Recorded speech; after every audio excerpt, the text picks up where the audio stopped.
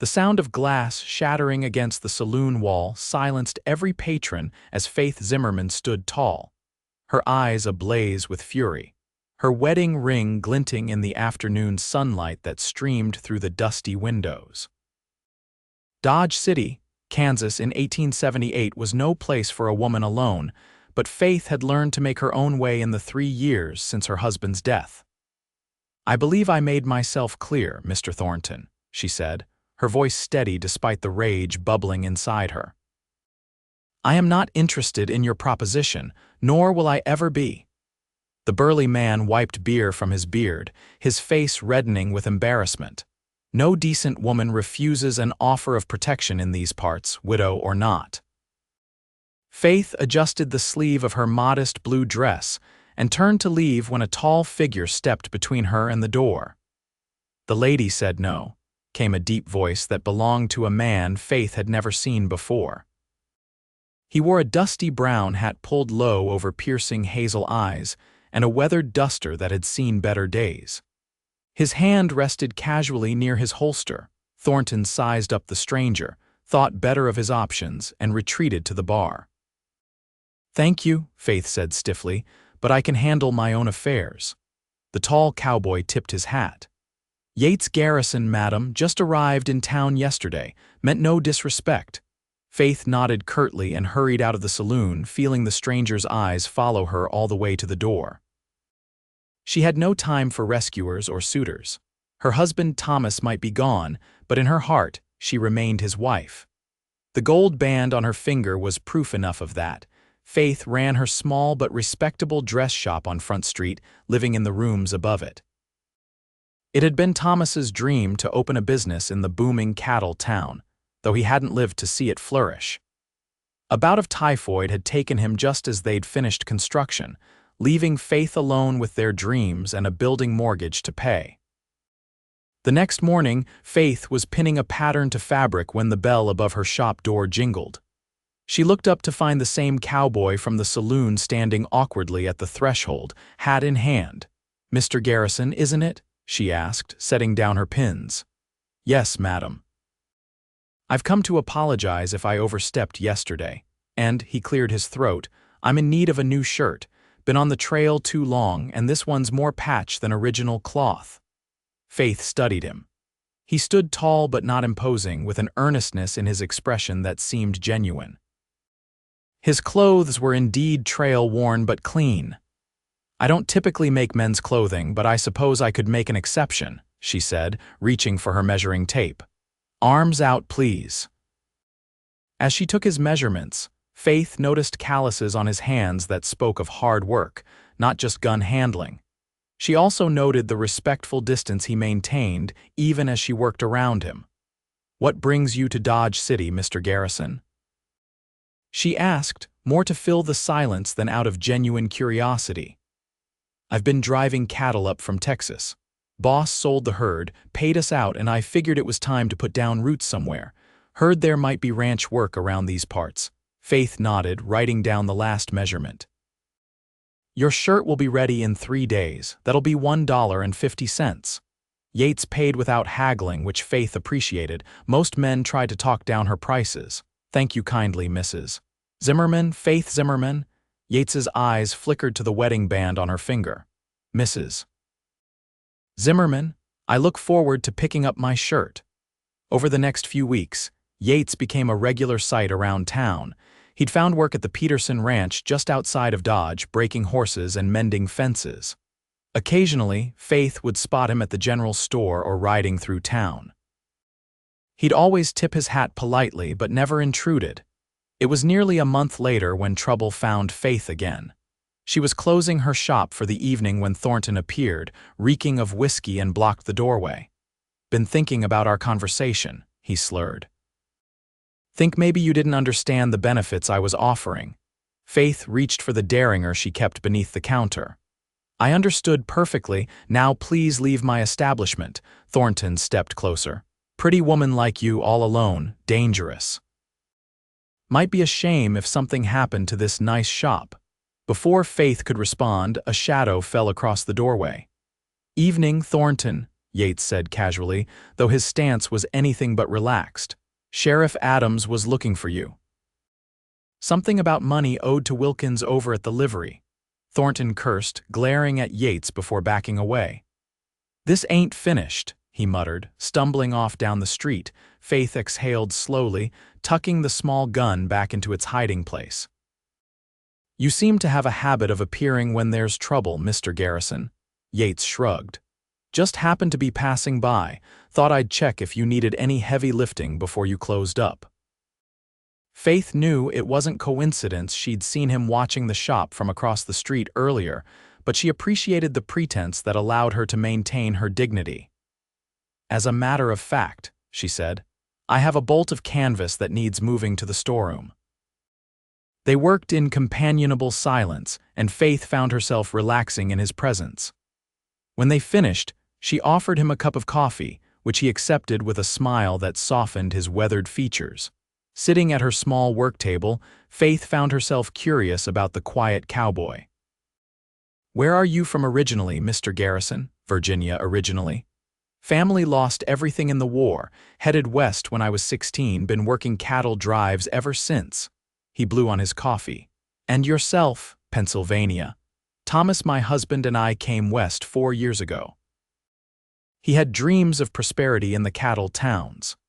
Faith twisted her wedding ring unconsciously. Yates nodded toward her hand. "How long has he been gone?" Faith stiffened, but there was no pity in Yates's eyes, only gentle understanding. 3 years this August. Typhoid. I'm sorry. As am I." Faith stood, signaling the end of their conversation. "Thank you for your assistance tonight, Mr. Garrison." Yates set down his cup and rose. "Perhaps you'd allow me to walk you home sometime, Mrs. Zimmerman, for safety's sake." Faith touched her wedding band again. "I live upstairs, Mr. Garrison. And I'm still married in all the ways that matter." Instead of arguing, Yates simply nodded. "I understand, madam. The offer stands should you ever need it." As spring turned to summer, Faith found herself looking forward to Yates's visits. He'd stop by once or twice a week, always with a legitimate reason: a button needed replacing, a sleeve torn while breaking a particularly wild Mustang. Sometimes he'd bring her fresh vegetables from a garden he'd started at his small rented cabin outside town. One sweltering July afternoon, Faith was struggling with her ancient stove when Yates arrived with a basket of fresh tomatoes. "Blasted thing won't light," she muttered, wiping sweat from her brow. "May I?" Yates asked, setting down the basket. Faith stepped aside, watching as he efficiently dismantled, cleaned, and reassembled the stove's burner. Within minutes, a healthy flame burned blue. "How did you learn to do that?" she asked, impressed. "Spent a winter working for a blacksmith in Colorado. You pick things up." He wiped his hands on a rag. "Been meaning to ask, would you be attending the Independence Day celebration tomorrow? They're having fireworks down by the river." Faith hesitated. She hadn't attended a social event since Thomas died. "I hadn't planned on it. It might be nice." "The whole town will be there." Yates looked down at his boots.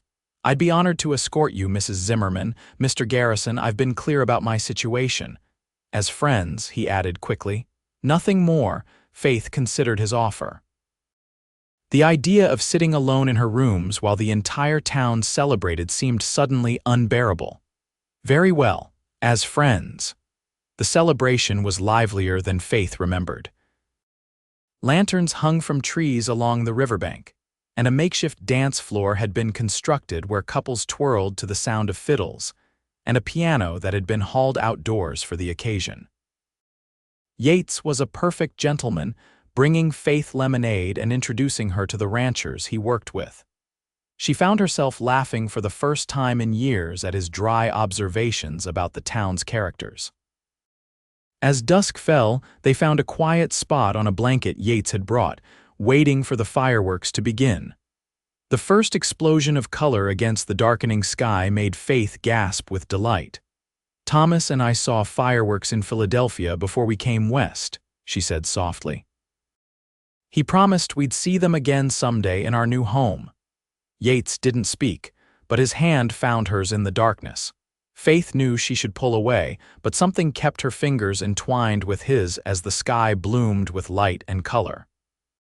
Later, as they walked back toward town, Faith felt a strange mixture of guilt and contentment.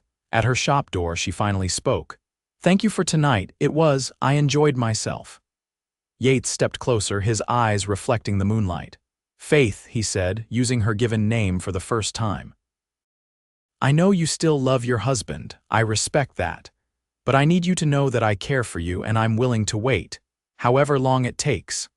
Before she could respond, he gently lifted her left hand and pressed his lips to her knuckles, just above her wedding ring. The gesture was so tender, so respectful of her boundaries while still expressing his feelings, that Faith felt tears spring to her eyes. "Good night, Faith," he whispered, and then he was gone, walking back through the shadows toward his cabin. Faith stood frozen on her doorstep, her hand still tingling from his kiss, her heart in turmoil. The next morning, she rose early and did something she hadn't done in months. She visited Thomas's grave in the small cemetery on the hill overlooking town. She knelt beside the simple marker, tracing his name with her fingers. "I don't know what to do, Thomas," she whispered. "He's a good man, kind, respectful, the sort of man you would have approved of." She twisted her wedding ring.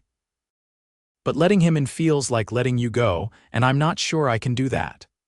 Only the wind answered, rustling through the prairie grass.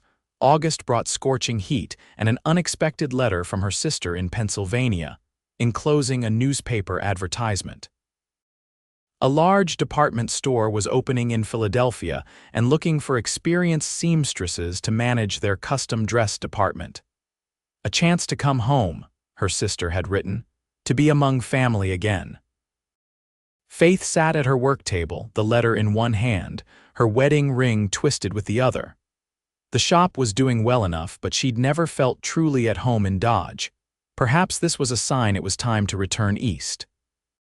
She was still contemplating the offer when a commotion outside drew her attention. Smoke billowed from the livery stable down the street, and people were running toward it, shouting for water. Faith hurried outside. The dry summer had turned every wooden structure in town into potential kindling, and if the fire spread, the entire business district could be lost. She joined the bucket brigade that formed from the town well to the burning building. Through the smoke, she spotted Yates and several other ranch hands leading panicked horses from the stable. As the last animal cleared the doors, part of the roof collapsed in a shower of sparks. Faith heard someone scream that there was still a child inside the livery owner's young son who sometimes slept in the hayloft. Before anyone could stop him, Yates dashed back into the burning building. The seconds stretched into agonizing minutes. The bucket brigade worked frantically, but the fire was winning. Just as Sheriff Adams declared it too dangerous to continue, Yates staggered out of the smoke, the boy clutched in his arms. Faith rushed forward as Yates handed the child to his grateful father.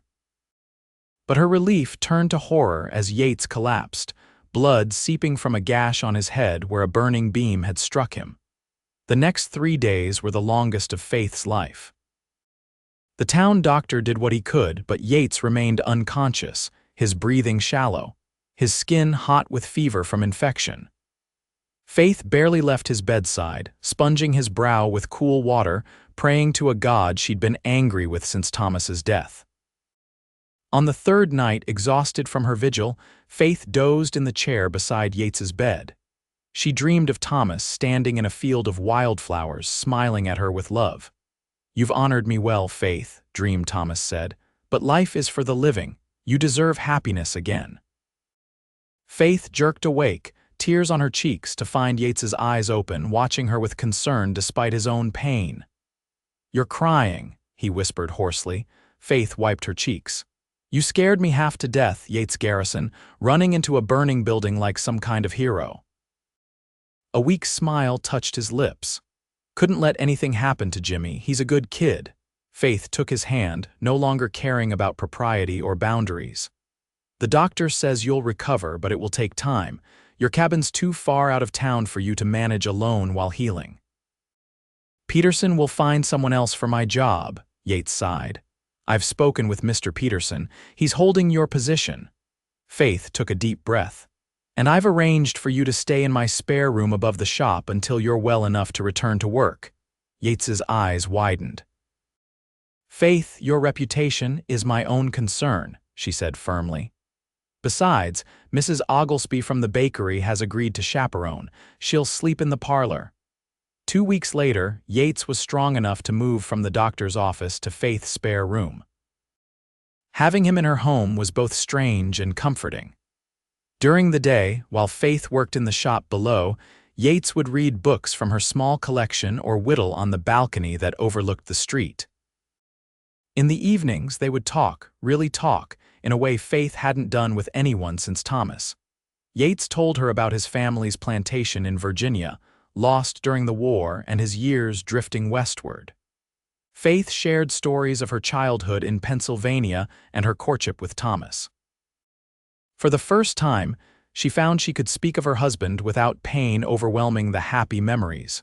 One evening, as summer began yielding to fall, Faith showed Yates the letter from her sister. "It's a good opportunity," he said after reading it, though Faith could see the sadness in his eyes. "Better pay than you'd get here, and family nearby." "Yes," Faith agreed, "but I've been thinking, I've built something here. It may not be what Thomas and I originally planned, but it's mine." "I'm not sure I want to leave it." Yates nodded, his expression carefully neutral. "What will you do?" Faith took a deep breath. "I'm going to expand the shop, add a section for men's clothing since there's demand for it, perhaps hire an assistant." A smile spread slowly across Yates's face. "Sounds like you've got it all figured out." "Not everything," Faith admitted. She twisted her wedding ring, a gesture that had become habitual whenever she was nervous. "There's still the matter of my personal life." Yates set the letter aside. "Faith, I meant what I said." "I'll wait as long as you need." Faith rose and moved to the window, looking out at the town that had become her home. "Thomas has been gone 3 years. I've kept my promise to him, built the business we dreamed of. I'll always love him." She turned back to face Yates.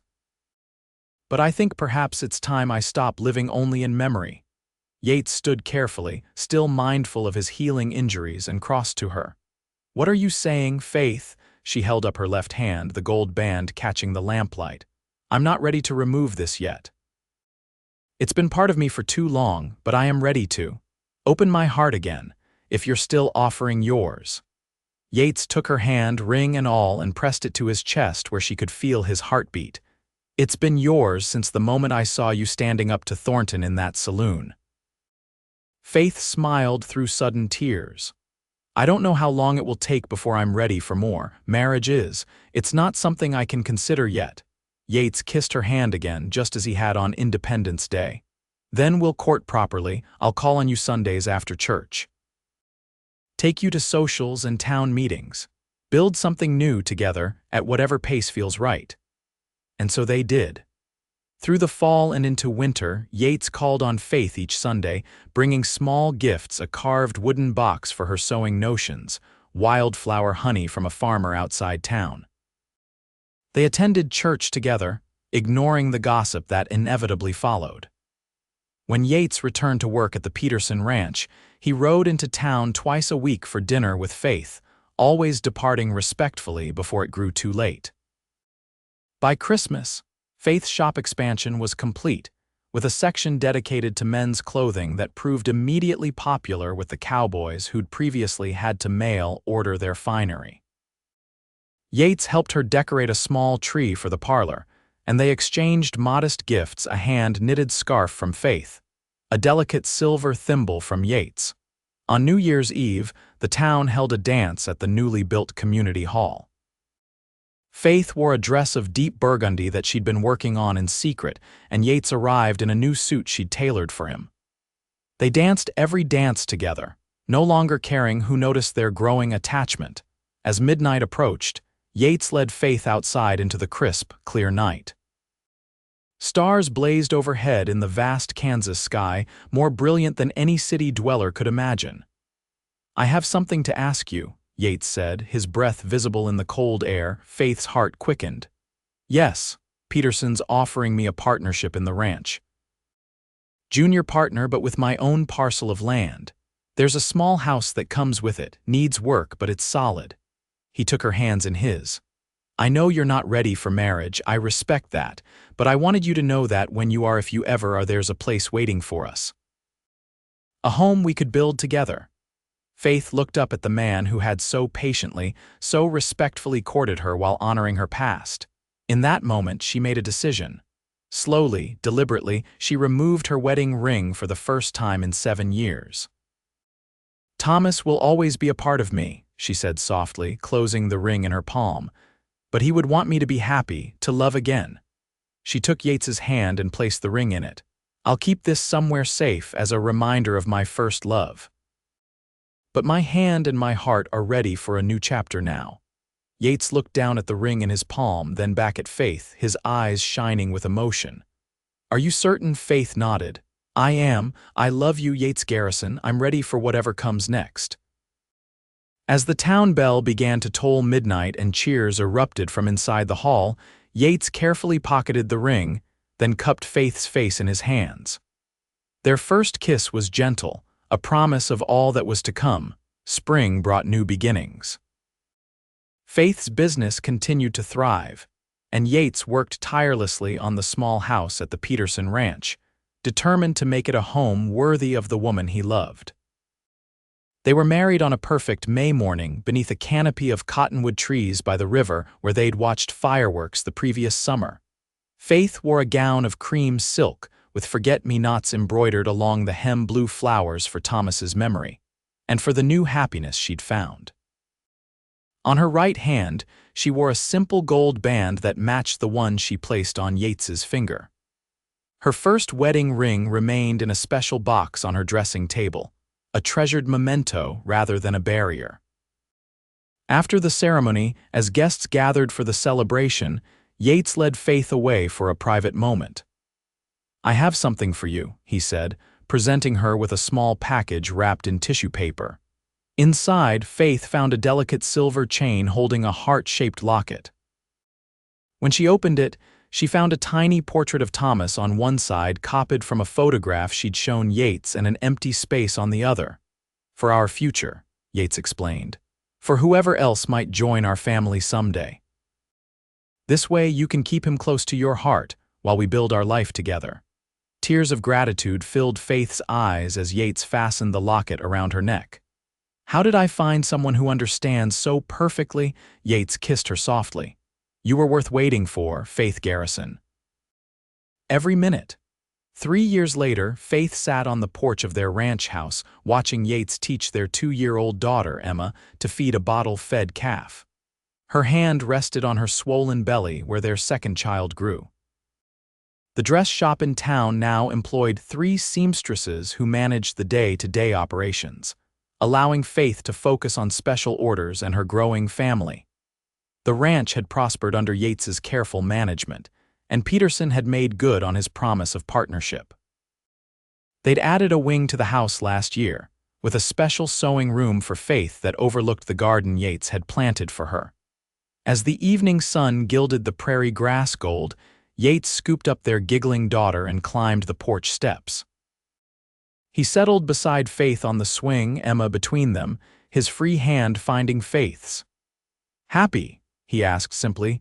Faith touched the locket at her throat, which now held a family portrait on one side, Thomas's image still safe on the other. She thought of the journey that had brought her here, the grief that had nearly consumed her, the patient cowboy who had kissed her hand and promised to wait forever, and the love that had blossomed when she finally opened her heart again. Completely, she answered, leaning her head against his shoulder as the Kansas sunset painted their home in hues of promise.